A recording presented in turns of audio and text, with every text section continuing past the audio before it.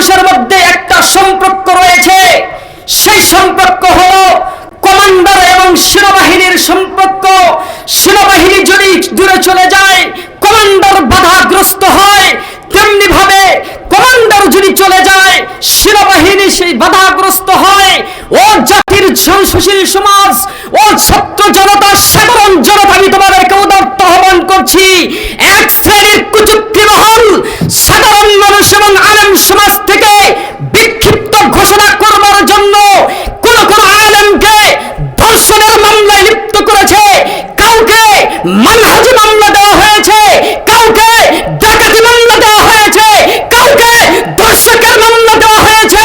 এভাবে জাতির সামনে আলেমদেরকে নিক্ষিপ্ত আস্থা করে দিতে চাই।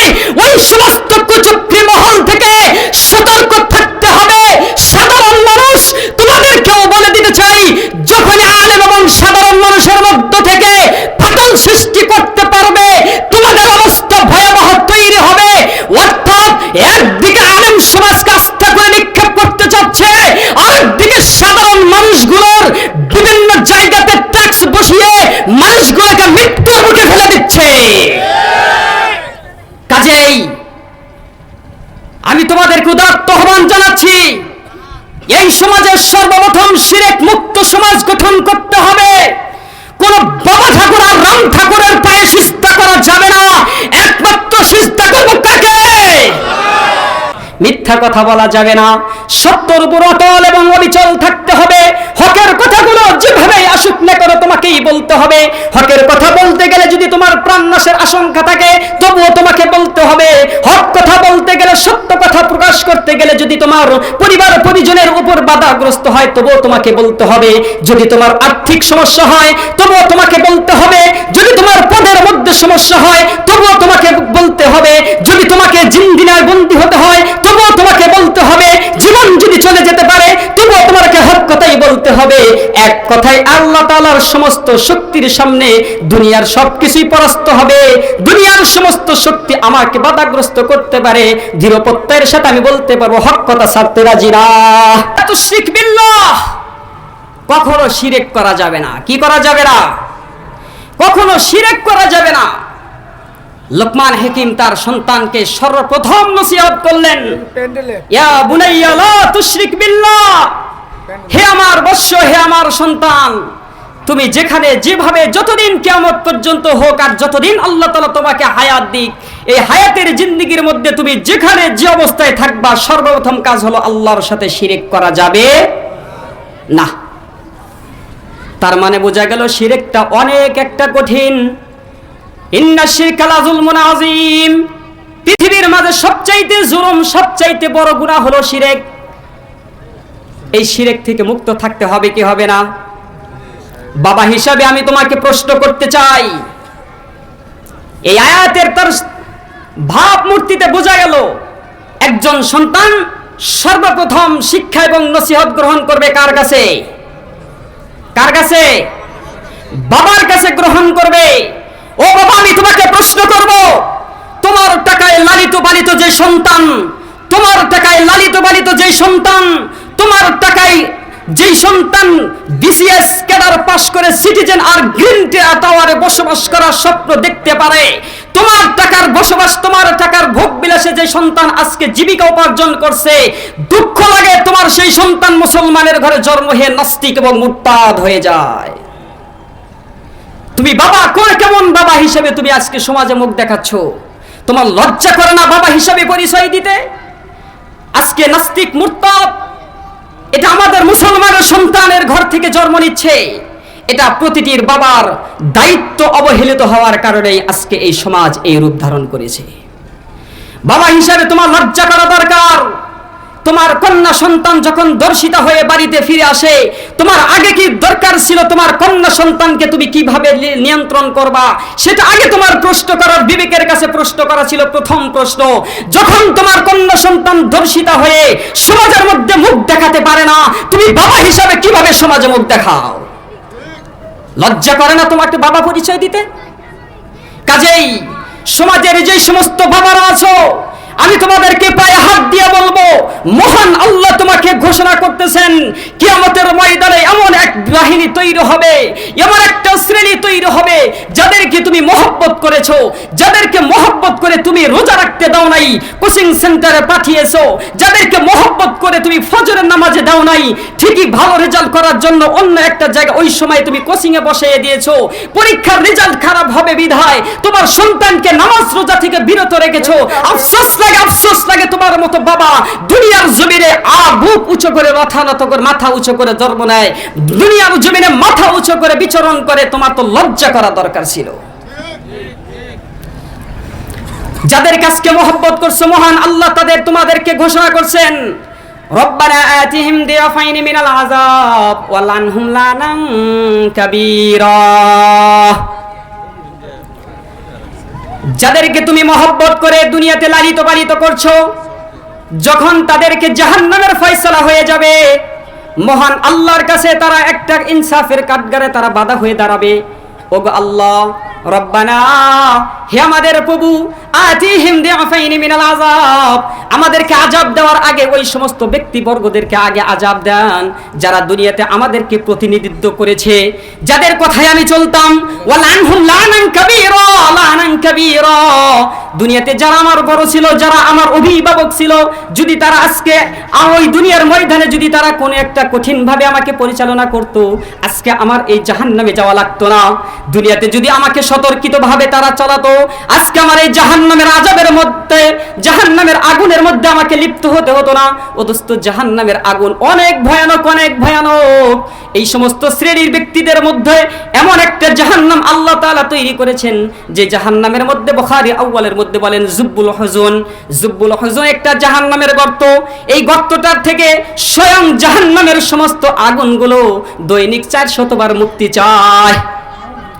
জাহান্নামের আগুন যদি ওই জুব্বুল হুজুন থেকে 400 বার দৈনিক সেটা থেকে পানা চায়, তোমার যদি সেই জাহান্নামের ফয়সালা হয়ে যায়, বাবা তুমি চিন্তা করো তুমি দুনিয়াতে কোন পথে তোমার সন্তানকে পরিবেশন করছো।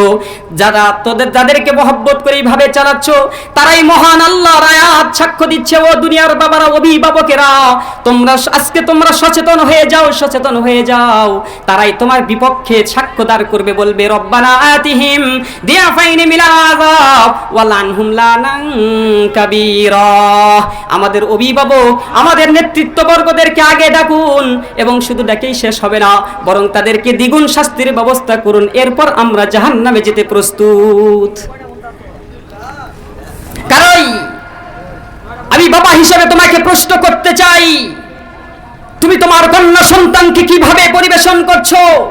আমি তোমাকে স্বামী হিসেবে প্রশ্ন করতে চাই, তুমি তোমার স্ত্রীকে কিভাবে পরিবেশন করছো?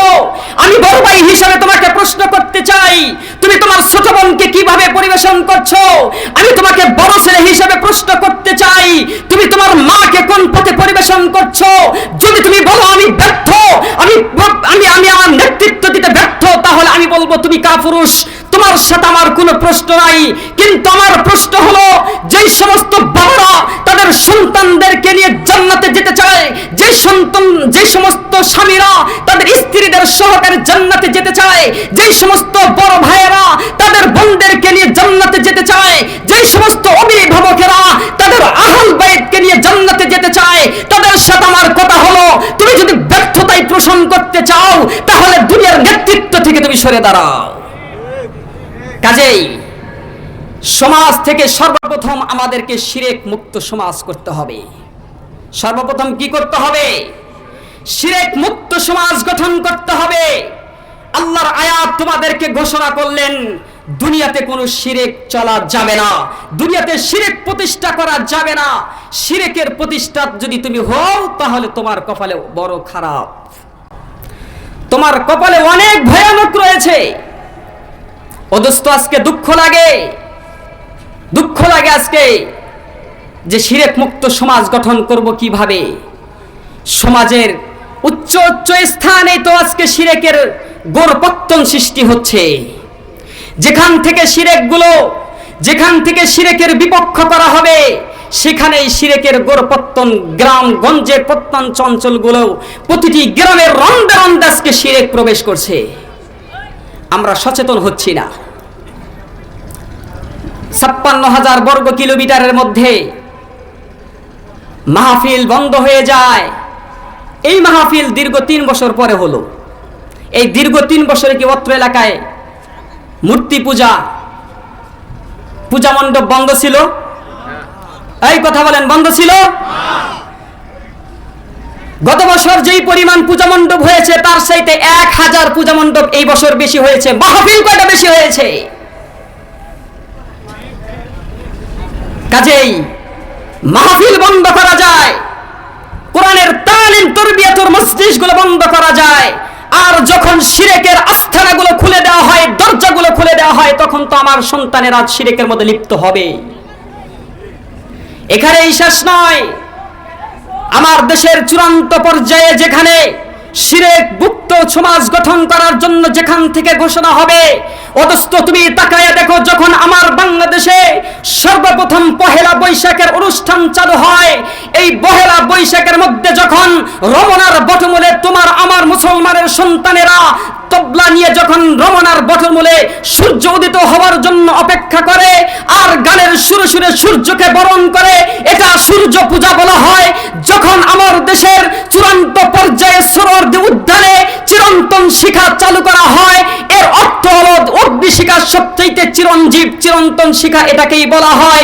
অথচ আমার আল্লাহ পাক রব্বুল আলামিন বলেন, আল্লাহু লা ইলাহা ইল্লা হুয়াল হাইয়ুল কাইয়্যুম, দুনিয়াতে এমন কোন মাখলুক নাই, এমন কোন ক্ষমতাধর শক্তি বাহিনী নাই, এমন কোন সৃষ্টিজীব আমি সৃষ্টি করি নাই যে চিরঞ্জীব থাকবে। আল্লাহু লা ইলাহা ইল্লা হুয়াল হাইয়ুল কাইয়্যুম, দুনিয়া এবং পরকালে একমাত্র চিরঞ্জীব হলাম আমি আল্লাহ। কাজেই শিরক মুক্ত জীবন গঠন করতে হবে। তুমি কাদের নেতৃত্ব চলছো? আজকে তোমাকে বোবা শয়তানের মতো বসে থাকলে চলবে না, তোমাকে কথা বলতে হবে। তোমার এই কথা বলার শোনার মাধ্যমে তোমার কথাগুলোর প্রতি আমলও করতে হবে। আমি কিন্তু কোরআনের বাইরে কোনো কথা বলছি না, আমি কিন্তু কোরআনের বাইরে কোনো কথা বলছি না। মহান আল্লাহ যে ঘোষণা করছেন সেই আয়াতের ঘোষণার তাফসিরে, সেই আয়াতের সারমর্ম আমি কিছু কথা বলছি। অনেকেই আমাদেরকে বুঝাইতে চায় হুজুর কোরআন এবং হাদিস থেকে কথা বলবেন। তাফসির কি? এই 30 পৃষ্ঠা 30 খণ্ডে 30 পারার মধ্যে কয়েক পৃষ্ঠার মধ্যেই সীমাবদ্ধ। তাফসিরে জালালাইন খুলে দেখো, 7 খণ্ডে লিপিবদ্ধ বাংলায়, আরো একাধিক কিতাবে রয়েছে। তার মানে একটা আয়াতের সারমর্ম অনেক কথাবার্তায় আসতে পারে, সেটা কোরআনের তালিম, সেটা কোরআনের কথা, সেটা হাদিসের কথা। যারা বলতে চায় কোরআন এবং হাদিস থেকে কথা বলবেন, ওরা আসলে কোরআন হাদিসের কথা শুনতে চায় না, ওরা আমাদের বাক শক্তিকে রুদ্ধ করে দিতে চায়। আমি তাদেরকে স্যালুট জানিয়ে বলবো, তুমি যদি এমন বাপের বেটা সন্তান হয়ে থাকো, বাংলাদেশের সংবিধানের মধ্য থেকে 1 লাইন বাইরে কথা বলবা না, 10 মিনিট কথা বলতে পারলে আমি কান ধরে উঠবোস করে চলে যাই। ব্যক্তিকে বসানো হয়, সেটাকেই খলিফা বলা হয়। মহান আল্লাহ বললেন, আমি দুনিয়াতে এক শ্রেণী, একটা জাতি তৈরি করব, যারা হবে আমার খলিফা। অর্থাৎ আল্লাহ রব্বুল আলামিনের যত বিধান রয়েছে, যত কিছুই রয়েছে, তারা দুনিয়াতে প্রতিষ্ঠা করবার জন্য সর্বান্তক চেষ্টা করবে। তুমি তো আল্লাহর খলিফা, কাজেই তোমার এত ভয় কিসের? মহান রবের সিদ্ধান্ত, তুমি শুধুমাত্র আল্লাহর বিধান বাস্তবায়ন করবার জন্য যখন তুমি তোমার জীবনটা দিয়ে দাও, আমার আল্লাহ তাআলা তোমার এই জীবন দেওয়া দেখা হাসে। যখন তুমি তোমার আল্লাহর এলাই কালেমাতুল্লাহর ঝান্ডা তুমি সমুন্নত করবার যায়, যখন তুমি তোমার জীবনটা দিয়ে দাও, আল্লাহ তাআলার সাথে সাথে জান্নাতের দরজাগুলো খুলে দেয়। আজকের যুবক আফসোস লাগে, তুমি কাদের পতাকা উত্তোলন করছো? তুমি কাদের পতাকা উত্তোলন করবার জন্য তুমি তোমার নিজের ঘুম, জীবন, যৌবন বিসর্জন দিচ্ছ?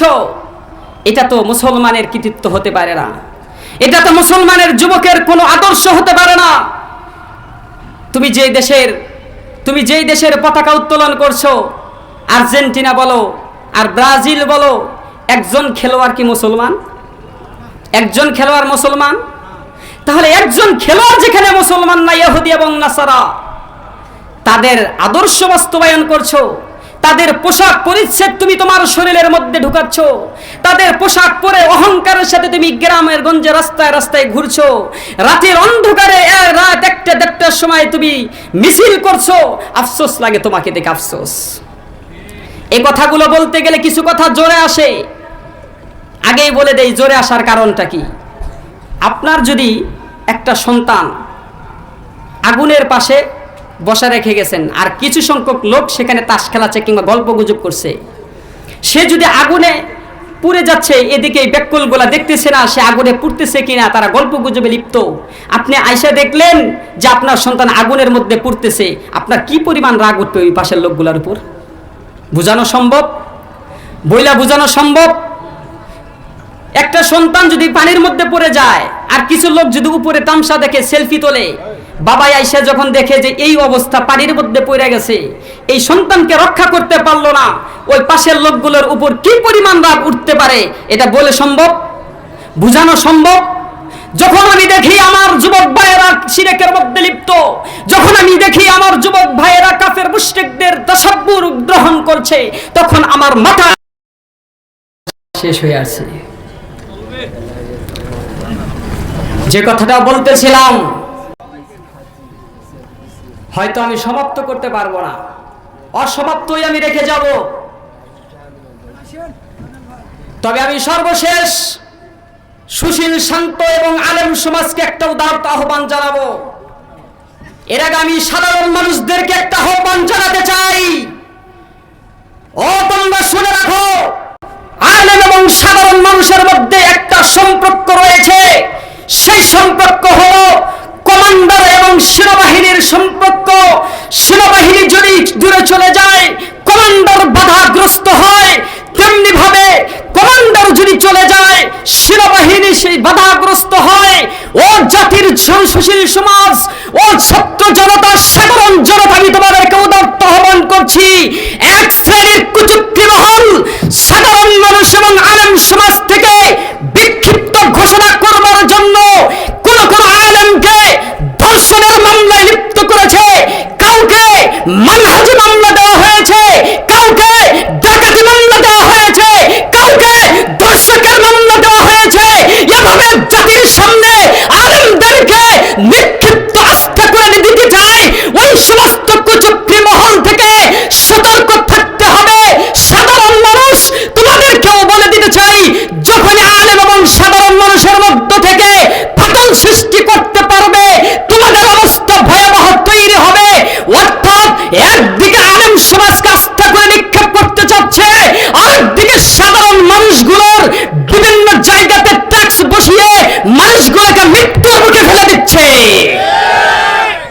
কাজেই আমি তোমাদেরকে উদাত্ত আহ্বান জানাচ্ছি, এই সমাজের সর্বপ্রথম শিরক মুক্ত সমাজ গঠন করতে হবে।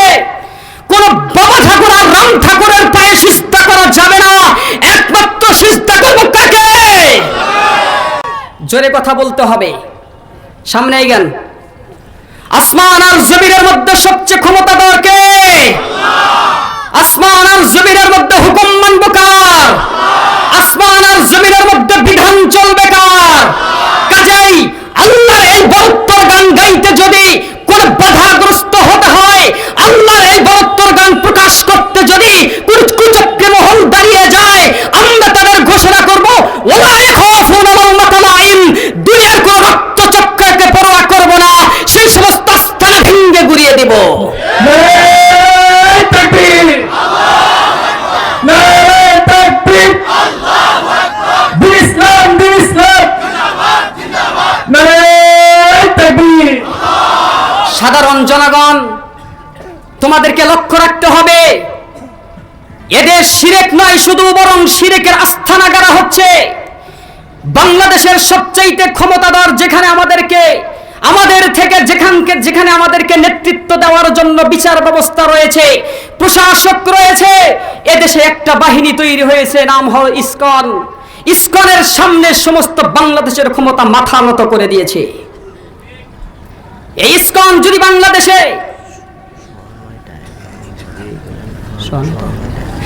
এদেশে যদি তাদেরকে লাগাম যদি আটকানো না যায়, এ দেশটা আরাকানের দিকে চলে যাবে। এদেশ আরাকানের দিকে চলে যাবে। আরাকানের দুইটা বৈশিষ্ট্য যখন মানুষের মধ্যে সৃষ্টি হয়েছিল, তখন আরাকানের অবস্থা ভয়াল হয়েছিল। এক, সমস্ত মিডিয়ার সাংবাদিকগুলো ছিল হিন্দু, কোন মুসলমান সেখানে সাংবাদিক হতে পারবে না। দুই, সমস্ত শিক্ষা প্রতিষ্ঠানগুলো বন্ধ করে দেওয়া হয়েছিল। সমস্ত শিক্ষা মাদ্রাসা শিক্ষাগুলো বন্ধ করে দেওয়া হয়েছিল। তারা এভাবে ক্ষমতার জোর যখন চালাতে চালাতে চালাতে চালাতে বাধ্য করেছে, তখন মুসলমানদেরকে বলেছে এই ভিটা বাড়ি ছেড়ে চলে যাও। বাংলাদেশের সমস্ত ক্ষমতাধর যেখানে ব্যর্থ হয়েছেন ইসকনের সামনে, অবস্থা তোমার আমার ব্যর্থ হতে বেশি দিন সময় লাগবে না। কাজেই বিচার ব্যবস্থার প্রতি তোমাকে লক্ষ্য রাখতে হবে। আজকে বিচার ব্যবস্থার দিকে যদি কেউ অফিস আদালতে কিংবা জজকোর্ট হাইকোর্টে যদি যেয়ে থাকেন, তাহলে বোঝা যায় বাংলাদেশ 52 বছর হলো স্বাধীনতা হয়েছে ঠিক, কিন্তু যখন আমি আদালতের মধ্যে প্রবেশ করি মনে হয় এখানে এখনো সেই ব্রিটিশ বিনিয়াদের সূর্য এখনো উদিতই রয়েছে। বাংলাদেশের স্বাধীনতার 50 বছর হয়েছে, এখনো বিচার ব্যবস্থায় ব্রিটিশ বিনিয়াদের সেই সূর্য এখনো অস্তিত্ব যায় নাই। সেখানে গেলে মনে হয় তাদের আচরণ দেখে মনে হয় এটা কোন এক ব্রিটিশ বিনিয়াদের আমি দেশে প্রবেশ করেছি, ভিনদেশি কোন রাষ্ট্রে আমি প্রবেশ করেছি। মসজিদ কমিটি যারা আছেন, আমি উদাত্ত আহ্বান জানাবো, আপনারা সচেতন হন, ইনসাফদার হন, আমানতদার হন, ন্যায় বিচারকদার হন। আমি সাক্ষ্য দিচ্ছি বাংলাদেশের সমস্ত বিচার কার্য কর্মচারীরা না খেয়ে রাস্তায় পড়ে থাকবে। কাজেই বিচার ব্যবস্থা তোমাদেরকে লক্ষ্য রাখতে হবে। আজকে বিচার ব্যবস্থার মধ্যে এমন একটা ত্রাস তৈরি হয়েছে, ইসলাম স্পষ্ট ঘোষণা করেছেন যদি কোনো অপরাধীর নামে মামলা দায়ের করা হয়, অপরাধীর দোষ উন্মোচন হওয়ার আগ পর্যন্ত মানসিক শারীরিক কোন ধরনের নির্যাতন করা যাবে না। কিন্তু আমরা দেখতে পাই বাংলাদেশে নয়, শুধু একজন গ্রামগঞ্জের মধ্যেও যদি কোনো মামলা দায়ের করা হয়, তাকে দেখবার টাইম নাই, তাকে মানসিক শারীরিক আর্থিকভাবে নির্যাতন করা হয়। এভাবেই যদি বিচার ব্যবস্থা চলতে থাকে, তাহলে মানুষরূপী প্রভুশক্তিতে আমরা আবদ্ধ হয়ে যাব। এই মানুষরূপী প্রভুশক্তি থেকে তোমাদেরকে বেরিয়ে আসতে হবে। কাদেরকে তোমরা কাদের থেকে বিচ্ছিন্ন হচ্ছ? আলেম সমাজ থেকে তোমরা বিচ্ছিন্ন হও। আলেমরা হচ্ছে তোমাদের সবচাইতে দরদ মাখা বন্ধু। আলেমরা হচ্ছে সবচাইতে দরদ মাখা বন্ধু। বুকে হিম্মত নিয়ে কথা বলে, একমাত্র আল্লাহকে সিজদা করে, দুনিয়ার কোন প্রভু শক্তির সামনে মাথা নত করে না। কাজেই বিচার ব্যবস্থার ক্ষেত্রে তোমাকে সচেতন হতে হবে। আমি একটা ঘটনা বলছি, ঘটনাটা বলা আমার উদ্দেশ্য না, কিন্তু আজকে যারা আলেম সমাজ, ছাত্র সমাজ, সুশীল ছাত্র জনতা এবং সাধারণ জনগণ আছেন, আমি তোমাদেরকে আহ্বান করছি, ইবনে তাইমিয়ার অনেক ইখতিলাফ নিয়ে তো সমাজের মধ্যে মারামারি কাটাকাটি সৃষ্টি হচ্ছে। ইবনে তাইমিয়ার ঘটনাই আমি তোমাদেরকে বলছি। বাদশাহ হাজ্জাজ বিন ইউসুফ পর আইন জারি করে দিলেন, ইব্রাহিম নাখীকে গ্রেফতার করা হোক। বাদশাহ হাজ্জাজ বিন ইউসুফের পক্ষ থেকে যখন ইব্রাহিম নাখীকে যখন গ্রেফতারের পরোয়া করা হলেও, সাথে সাথে গিয়া পুলিশ, পার্লামেন্ট, তাদের যত ক্ষমতা আছে তাকে গ্রেফতার করার জন্য প্রস্তুত হয়ে গেল। ওই সময় আর একজন ছিলেন ইব্রাহিম তাইমিয়া রহিমাহুল্লাহ। ওনার কাছে যা প্রশ্ন জিজ্ঞাসা করলেন ইব্রাহিমকে, ইব্রাহিম তাইমিয়া বলতেছেন আমি ইব্রাহিম। পুলিশের তো আর যাচাই বাছাইয়ের দরকার নাই, আসামি পাওয়া গেছে গ্রেফতার কইরা ফেলাও, ঠিক না ঠিক? আসামি পাওয়া গেছে গ্রেফতার কইরা ফেলাও। হাজ্জাজ বিন ইউসুফের প্রশাসক ইব্রাহিম তাইমিয়াকে গ্রেফতার করলেন, দীর্ঘদিন কারাগারের মধ্যে বন্দী থাকলেন। কালো কুৎসিত চেহারা হয়ে গিয়েছে, জুলুম নির্যাতন সহ্য করতে করতে তার সুন্দর চেহারাটা বিদীর্ণ হয়ে গেছে। হাজ্জাজ বিন ইউসুফ বলতেছেন আজকে দেখি সেই আসামিটাকে একটু দেখার জন্য যাই, যায় দেখে এটা তো ইব্রাহিম নাখী না, এটা তো ইব্রাহিম তাইমিয়া রহিমাহুল্লাহ। যখন তাকে প্রশ্ন করা হলো আপনি তো ইব্রাহিম নাখী না, আপনি তো ইব্রাহিম তাইমিয়া, তাহলে আপনি জানেন এখানে গ্রেফতার হলে অনেক নির্যাতন জুলুম সহ্য করতে হবে, এই কাজটা আসলে আপনাকে ভোগ বিলাসে জীবন যাপন করা যাবে না, তাহলে আপনি কেন বললেন? অদস্ত ঘটনা বলা আমার উদ্দেশ্য নয়, ইব্রাহিম তাইমিয়া যে বজ্রকণ্ঠে যে জবাবটা দিয়েছিল সেটাই আমাকে তোমাদেরকে এই প্রশ্নের সামনে আমি তোমাদেরকে উত্থাপন করতে চাই। আজকে যারা আমরা খেতাবাতের স্থানে রয়েছি, আমি মনে করছি আমার খেতাবাতের মসজিদের মেহরাব নিরাপদে আছে। আজকে যারা আমরা মঞ্চে বয়ান করছি, আমি মনে করছি আমার স্টেজ নিরাপদ রয়েছে। আজকে যারা আমরা মাদ্রাসায় তালিম তরবিয়াতের শিক্ষা দিচ্ছি, আমি মনে করছি মাদ্রাসার স্থান আমার ঠিক রয়েছে। আজকে আমি যারা মুক্তব পড়াচ্ছি, আমি মনে করছি আমার স্থান ঠিক রয়েছে। খোদার কসম এভাবে এই যদি চলতে থাকে স্বৈর শাসকের ব্যবস্থা, শাসন ব্যবস্থা, তোমার স্থান নিরাপদ নয়। ইব্রাহিম তাইমিয়া রাহিমাহুল্লাহ বজ্রকণ্ঠ হাজ্জাজ বিন ইউসুফকে যে প্রশ্ন দিয়েছিল, আজকের সুশীল সমাজের বিবেকের কাছে আমার সেই প্রশ্ন। ইব্রাহিম তাইমিয়া রাহিমাহুল্লাহ বজ্রকণ্ঠ বলেছিলেন, আমি জানি যে ইব্রাহিম নাখি এই যুগের সবচেয়ে বড় বুজুর্গ, সবচেয়ে বড় আল্লাহওয়ালা, সবচেয়ে বড় একজন আলেম। আর একজন আলেম, যুগের বুজুর্গ, যুগের হক্কানি উলামায়ে কেরাম নির্দোষ বিনা দোষে কারাগারে বন্দী থাকবে, আর আমি ইব্রাহিম তাইমিয়া কারাগারে না গিয়ে গা বাঁচিয়ে নিজের জীবন বাঁচাবো, এটা উন্নত স্বভাবের পরিচয় হতে পারে না। কাজেই আলেম সমাজদের সাথে তোমাদের সুসম্পর্ক তৈরি করতে হবে, আলেমদের সাথে তোমাদের সুসম্পর্ক তৈরি করতে হবে মৃত্যু পর্যন্ত। কতদিন পর্যন্ত? মৃত্যু পর্যন্ত। আজকে তো আলেমদের সাথে সম্পর্কের প্রয়োজন হয় না, যেটা জানার প্রয়োজন হয় ইউটিউব আছে, কথা ঠিক না ঠিক? যেটা জানার প্রয়োজন হয় গুগল সার্চ আছে, ঠিক না ঠিক? তুমি যখন বউ 3 তালাক দাও, ইমাম সাহেব যখন ফতোয়া দেয় এটা তালাক হয়ে গেছে, তখন ইমাম সাহেবের কথা ভালো লাগে না, তখন তুমি ইউটিউব আর মিডিয়া খুঁজো, কথা ঠিক না ঠিক? কাজেই উস্তাদ হিসাবে তালিমি মুরব্বী হিসাবে রাষ্ট্র ব্যবস্থায় হোক, জীবন ব্যবস্থায় হোক, সম্পর্ক রাখবো কাদের সাথে? কাদের সাথে? আলেমদের সাথে তোমাকে সম্পর্ক রাখতে হবে। আর আলেমরা সাধারণ কোন ইলম নিয়ে তোমাদের শিক্ষা গ্রহণ করে না। আল্লাহ বলেন, বিমা কুনতুম তুআল্লিমুনাল কিতাব ওয়া বিমা কুনতুম তাদরুসুন। এটা তাদরুসের ইলমে ওয়াহির একজন উস্তাদ থেকে আরেকজন উস্তাদ হাঁটু পেরে যে ইলম গ্রহণ করেছে সেটাকেই বলা হয় ইলমে তাদরিস। অর্থাৎ দরস তাদরিসের মধ্যে যে ইলম তারা অর্জন করেছে, নিজের ভোগবিলাসের জীবন জিন্দেগি 15 থেকে 16 বছর পর্যন্ত বিসর্জন দিয়ে যে ইলম গ্রহণ করেছে, সেই মহান তাজাল্লি, সেই মহান রবের সেই সিদ্ধান্ত নিয়ে তোমাদের সামনে দরদ নিয়ে কথা বলে, এই কথার মধ্যেই নূর রয়েছে, বাকি কারো কথার মধ্যে নূর থাকতে পারে না। কাজেই ওয়াবিমা কুনতুম তুআল্লিমুনাল কিতাব ওয়া বিমা কুনতুম তাদরুসুনের ইলম তোমার মধ্যে আসতে হবে। ও আলেম সমাজ, আমার লজ্জায় মাথা নত হয়ে যায়, তোমরা কার পূজা করছো, কাদের অনুসরণ করছো? দুনিয়ার লোভ লালসার মাধ্যমে, দুনিয়ার ক্ষমতার দাপটের সামনে মাথা নত করে দিয়ে মারা না যায়, তাহলে তো মানুষকে আমাকে শহীদ বলবে না। আর আমি এত বীরত্বের সাথে সে জিহাদ করলাম, তাহলে তো আমার শহীদ যদি না বলে তাহলে তো এটা হলো না। বুখারীর মধ্যে বলেন, এই তলোয়ারটা উল্টে পেলে রেখে, চোখটা সামনের দিকে রেখে, বুকের মধ্যে রেখে এত জোরে একটা চাপ দিলেন, নিজে নিজে আত্মহত্যা করলেন, ঈমান চলে গেল। সে ইচ্ছা করেই করছে এটা। কাজেই ভালো ভালো কথা, ভালো ভালো নসিহত একমাত্র উলামায়ে কেরামের কথার মধ্যেই হেদায়েতের নূর থাকতে পারে, বাকি কোন মিস্টার আর জনাবের কথায় হেদায়েত থাকতে পারে না। এটা কোরআনের মজলিস, কোরআনের কথা, যারা কোরআনের সাথে সম্পর্ক তাদের মুখেই মানায়, তাদের কথাতেই নূর থাকতে পারে। কাজেই এগুলো বিষয়ে আমরা সচেতন হব, এগুলো বিষয়ে আমরা সচেতন হব। বাকি হলো আমাদের সন্তানদিগুলোকে, আমি শুরুতেই বলেছিলাম, বাবা হিসাবে সর্বপ্রথম তোমার তালিমি দায়িত্ব হলো সন্তানকে তালিম দেওয়ার দায়িত্ব কে? কে?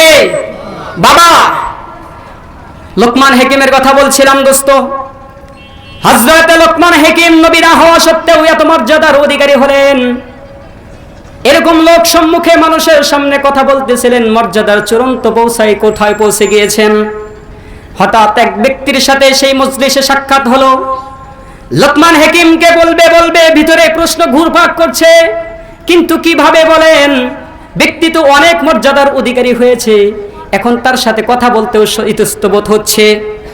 লোকমান হাকিমের সেই ছোট্ট বাল্যকালের সঙ্গী সাহস নিয়ে, বুকে হিম্মত নিয়ে লোকমান হাকিমকে জিজ্ঞাসা করলেন, আপনি যে এত মর্যাদার চূড়ান্ত স্তরে পৌঁছেছেন, আজকে মানুষ আপনাকে সম্মান করছে, মর্যাদা করছে, কিন্তু আমার ভিতরে একটা প্রশ্ন ঘুরপাক করছে, বলবো কি বলবো না, কিন্তু আজকে না বললে আমার হচ্ছেই না।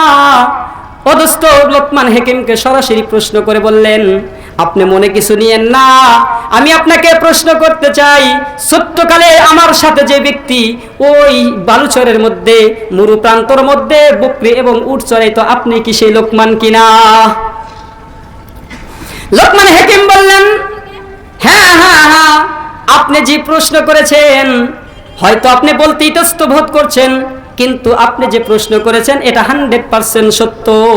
অর্থাৎ আমি এই ব্যক্তি, যে ব্যক্তি একটা সময় মাঠের মধ্যে বিচরণ করত আর গরু এবং ছাগল বকরি চড়াইতো, আজকে আমার মর্যাদা এত হয়েছে। অথচ এমন মর্যাদার ব্যক্তি অনেকই হয়েছে যারা শুধুমাত্র মাঠের মধ্যে বিচরণ করত আর উটের এরকম রাখাল ছিলেন, বকরির রাখাল ছিলেন। ওমর ইবনুল খাত্তাব রাদিয়াল্লাহু তাআলা আনহু যখন তার সঙ্গীদেরকে নিয়ে আরবের ময়দানে একটা মাঠ ছিল, ওই মাঠ অতিবাহিত হওয়ার সময় তিনি বসে বসে কান্না করতেন। সাথীগণ জিজ্ঞাসা করলেন, আমিরুল মুমিনিন, এই মাঠের মধ্যে আসলে আপনি কেন কান্না করেন? আমিরুল মুমিনিন ওমর ইবনুল খাত্তাব ডাক দিয়ে তখন বলেন, ও আমার সাথীরা রে, আমি যখন ইসলাম গ্রহণ করেছিলাম না, আমি এতটাই নির্বোধ ছিলাম, আমি কোনো কিছুই তেমন বুঝতাম না। এই মাঠের মধ্যে আমি বকরি চড়াইতাম, উট চড়াইতাম। যখন আমার গরম লাগতো, এই উটের পিছনে এসে আমি ছায়া নিতাম আর উট তখন আমার উপর লাদাইয়া দিত। এতটাই নাদান ব্যক্তি ছিলাম, এতটাই আমি সম্মানহীন ব্যক্তি ছিলাম, কিন্তু ইসলাম গ্রহণ করবার কারণে মহান আল্লাহকে এক বলে যখন দিলের মধ্যে গেঁথে নিয়েছি, আমি আজকে অর্ধ পৃথিবীর বাদশা ওমর ইবনুল খাত্তাব হয়ে গেছি। লোকমান হাকিমেও এমন একজন ব্যক্তি যিনি শুধুমাত্র আল্লাহ তাআলা এত মর্যাদা দিলেন। ওই ব্যক্তি যখন প্রশ্ন করলেন তখন তিনিও বললেন, দোস্ত, আমিও এরকম একজন গুরুত্বপূর্ণ ব্যক্তি ছিলাম না, সম্মানহীন ব্যক্তি ছিলাম, কিন্তু আমাকে আল্লাহ তাআলা এই মর্যাদা পর্যন্ত এসে গেছে। প্রশ্নকারী বলে, এখন তো আমার জানতে ইচ্ছে হয়, দোস্ত এত মর্যাদাশীল কিভাবে হলো? দরকার আছে না জানার? নাই? দরকার জানার আছে, দরকার আছে না নাই? লোকমান হাকিম এত মর্যাদার কিভাবে হলো? এইভাবে যখন প্রশ্ন করলেন, তার জানতে ইচ্ছে করলো যে আমাকে অবশ্যই জানতে হবে। আমার সাথে একসাথে মাঠে বিক্রি চড়াইছেন, কিন্তু আজকে এত মর্যাদার অধিকারী হয়ে গেছেন। লোকমান হাকিমকে জিজ্ঞাসা করলো, তুমি কি এমন আমল করেছো? অদস্ত লোকমান হাকিম বলেন, আমি 2টা আমল বেশি বেশি করেছি, এই কারণেই হয়তো মহান আল্লাহ আমাকে এই পর্যন্ত এনেছেন। আমল 2টা জানার দরকার আছে না নাই? 1 নম্বর আমল হলো, দুনিয়ার সমস্ত যতভাবে যেভাবেই হোক না কেন কখনো মিথ্যা কথা বলা যাবে মিথ্যা কথা বলা যাবে না। সত্যের উপর অটল এবং অবিচল থাকতে হবে। হকের কথাগুলো যেভাবেই আসুক না কেন তোমাকেই বলতে হবে। হকের কথা বলতে গেলে যদি তোমার প্রাণনাশের আশঙ্কা থাকে, তবুও তোমাকে বলতে হবে। হক কথা বলতে গেলে, সত্য কথা প্রকাশ করতে গেলে যদি তোমার পরিবার পরিজনের উপর বাধাগ্রস্ত হয়, তবুও তোমাকে বলতে হবে। যদি তোমার আর্থিক সমস্যা হয়, তবুও তোমাকে বলতে হবে। যদি তোমার পদের মধ্যে সমস্যা হয়, তবুও তোমাকে বলতে হবে। যদি তোমাকে জিন্দিনায় বন্দী হতে হয়, তবুও তোমাকে বলতে হবে। জীবন যদি চলে যেতে পারে, তবুও তোমাকে হক কথাই বলতে হবে। এক কথায় আল্লাহ তাআলার সমস্ত শক্তির সামনে দুনিয়ার সবকিছুই পরাস্ত হবে। দুনিয়ার সমস্ত শক্তি আমাকে বাধাগ্রস্ত করতে পারে, দৃঢ় প্রত্যয়ের সাথে আমি বলতে পারবো, হক কথা ছাড়তে রাজি না। আল্লাহ তাআলা আমাদেরকে এই অসম্পূর্ণ কথার প্রতি